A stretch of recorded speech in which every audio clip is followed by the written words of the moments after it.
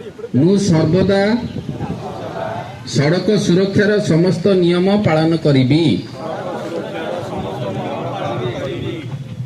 ମୁଁ ଟ୍ରାଫିକ ନିୟମର କେବେ ବି ଉଲ୍ଲଂଘନ କରିବି ନାହିଁ। ଧାର୍ଯ୍ୟ ସୀମା ଠାରୁ ଅଧିକ ବେଗରେ ଗାଡ଼ି ଚଲାଇବି ନାହିଁ। ନିଶା ସେବନ କରି ଗାଡ଼ି ଚଲାଇବି ନାହିଁ। ଗାଡ଼ି ଚଲାଇବା ବେଳେ ମୋବାଇଲ ଫୋନ ବ୍ୟବହାର କରିବି ନାହିଁ। କେବେ ବି ରାସ୍ତାର ବିପରୀତ ଦିଗରେ